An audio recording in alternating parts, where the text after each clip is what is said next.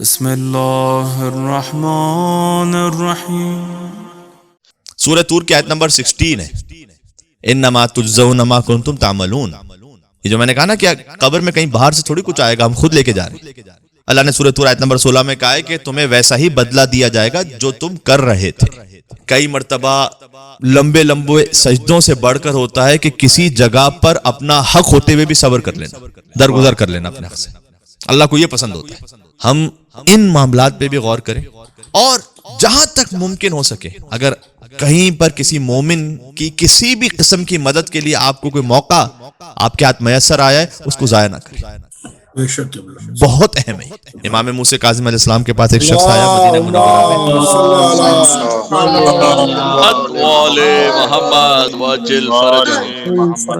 میں، تو امام کے پاس وہ شخص آیا، آ کے کہتا ہے کہ مولا میں شہر رے سے آیا ہوں، اور وہاں پر جو حاکم ہے وہ اپنے آپ کو آپ کا ماننے والا کہتا ہے، اور اس کی اپنی غلطی کی وجہ سے اس نے مجھ پر اتنا زیادہ ٹیکس لگا دیا ہے کہ میں وہ دے نہیں سکتا، تو وہ مان بھی نہیں رہا۔ تو مولا آپ اگر کچھ سفارش کر دیں۔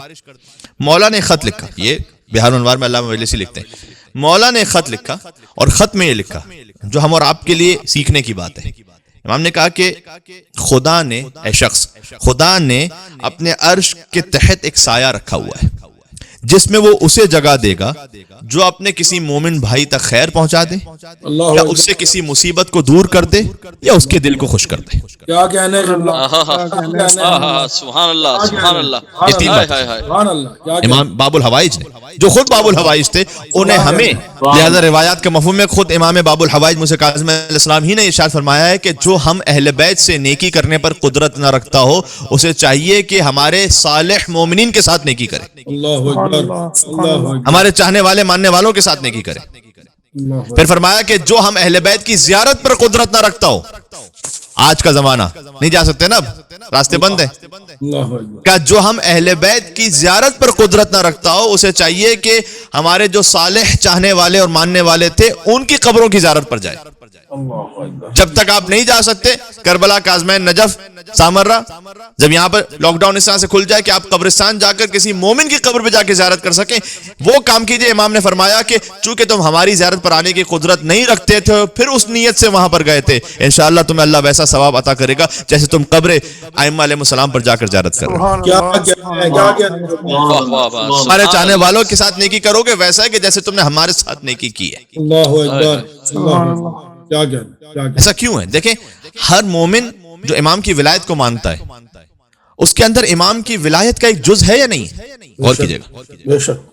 تو آپ نے اگر اس ولایت کی خاطر اس سے نیکی کی، تو در حقیقت آپ نے اس شخص کے ساتھ پرسنل معاملے کے حوالے سے نیکی نہیں کی، آپ نے اس ولایت کی خاطر اس سے نیکی کی۔ ارے کیا کہنے، سبحان اللہ سبحان عظمت امیر المومنین، بلند تر صلوات۔ اللہم صلی علی محمد و آل محمد وجل فرجہ۔ سبحان اللہ سبحان اللہ۔ کیا کہنے، ایسے تو بہت سے لوگ اپنے پرسنل دوستوں کی مدد کرتے ہیں، فقط یہاں پرسنل معاملے پہ بات نہیں ہو رہی۔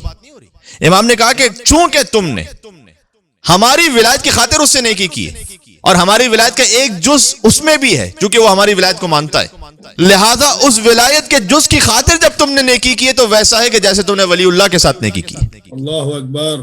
خود امام کے ساتھ نیکی کی ہے۔ تو امام نے خط میں لکھا کہ اللہ نے اپنے عرش کے تحت ایک سایہ رکھا ہوا ہے جس میں جگہ اسے ملے گی جو کسی مومن تک خیر پہنچائے گا، یا اس کی مصیبت کو دور کرے گا، یا اس کے دل کو خوش کرے گا، اور یہ خط لانے والا تیرا دینی بھائی ہے، والسلام۔ یہ خط لے کر وہاں پہنچا رائے کے حاکم کے پاس۔ اب دیکھیں، فقط زبانی جمع خرچ سے بات تھوڑی بنتی ہے، لقلقہ لسانی سے۔ کیا کیا اس نے؟ جب وہ وہاں پر پہنچا اور اس نے پہنچ کر کہا کہ امام کاظم علیہ السلام کا خط لے کر آیا ہوں میں، جا کر اس کے ملازم سے کہا کہ اندر جا کے کہہ دینا۔ یہ کہا امام کا قاصد آیا، اللہ اکبر، کیونکہ تھا بہرحال امام کا چاہنے والا، اس سے سمجھ میں آتا ہے کہ با معرفت تھا، جبھی تو امام نے خط لکھا تھا۔ بے شک، کیا کہنے قبلہ، سبحان اللہ۔ واہ واہ واہ، حبیب ابن مظاہر کو بھی تو خط لکھا تھا نا۔ اللہ اکبر، اللہ اکبر، بات واضح ہو رہی ہے۔ کیا کہنے۔ حبیب ابن مظاہر تو خیر شہیدان کربلا میں اس عظیم اس شان مقام پر کہ جب حبیب کی زری پہ پہنچتے ہیں عراقی زائرین تو خاص طور پر وہ کہتے ہیں کہ یا ناصر الحسین سجلنا من زوار الحسین، اے حسین کی نصرت کرنے والے آپ ہمیں حسین کے زائرین میں لکھ لیجئے۔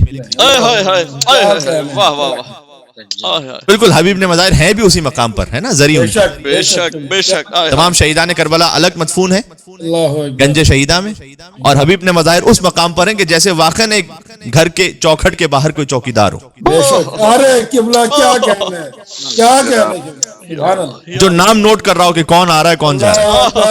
اللہ اکبر، کیا کہنا، سبحان اللہ، گویا حبیب نے مظاہر علیہ السلام کو حسین نے ڈیوٹی دی ہوئی ہے کہ تم زائرین کے نام لکھنا۔ اللہ اکبر، تو وہاں عراقی جا کے کہتے ہیں کہ یا ناصر الحسین، اے حسین کی نصرت کرنے والے سجلنا من زوار الحسین، آپ ہمیں حسین کے زائرین میں لکھ لیجئے۔ اللہ اکبر، تو کہیں نہ کہیں کوئی معرفت کا مقام ہوتا ہے، جبھی تو امام خط لکھتے ہیں نا اور بلاتے ہیں۔ تو امام نے جب خط لکھا تو اس میں تھی ایک معرفت، باہر آیا اس قاصد کا، یعنی وہ جو شخص جس کا کام تھا، اس کے ہاتھوں کا بوسہ لیا، پیشانی کا بوسہ لیا، امام کا خط پڑھا اور کہتا ہے کہ یہ ٹیکس میں اپنے پاس سے جمع کرواؤں گا۔ پھر کہتا ہے میری اپنی دولت جتنی تھی اس کو آدھا تقسیم کیا۔ میں نے کہا نا کہ لقلقہ لسانی کے تک نہیں، اپنی دولت میں سے آدھا تقسیم کیا۔ کہتا ہے کہ یہ اس کا جبران ہے، کمپنسیشن ہے، جو تکلیف پہنچی ہے نا، یہ میری جانب سے قبول کر لے، معافی چاہتا ہوں میں۔ وہ شخص پھر سے کچھ سالوں بعد امام کے پاس جب پہنچا خدمت امام میں، تو امام کی خدمت میں واقعہ بیان کیا۔ امام علم امامت سے تو لازمی بات ہے جانتے تھے۔ امام نے کہا کہ اس سے جا کر کہنا کہ ہم اس سے راضی ہوئے، ہمارے جد رسول اللہ اور امیر المومنین راضی ہوئے، خدا بزرگ و برتر اس سے راضی ہو گئے۔ اللہ اگر آپ اپنے زمانے کے امام کو راضی کرنا چاہتے ہیں، کسی مومن کو راضی کریں۔ اللہ اکبر، کیا کہنا قبلہ، کیا کہنا۔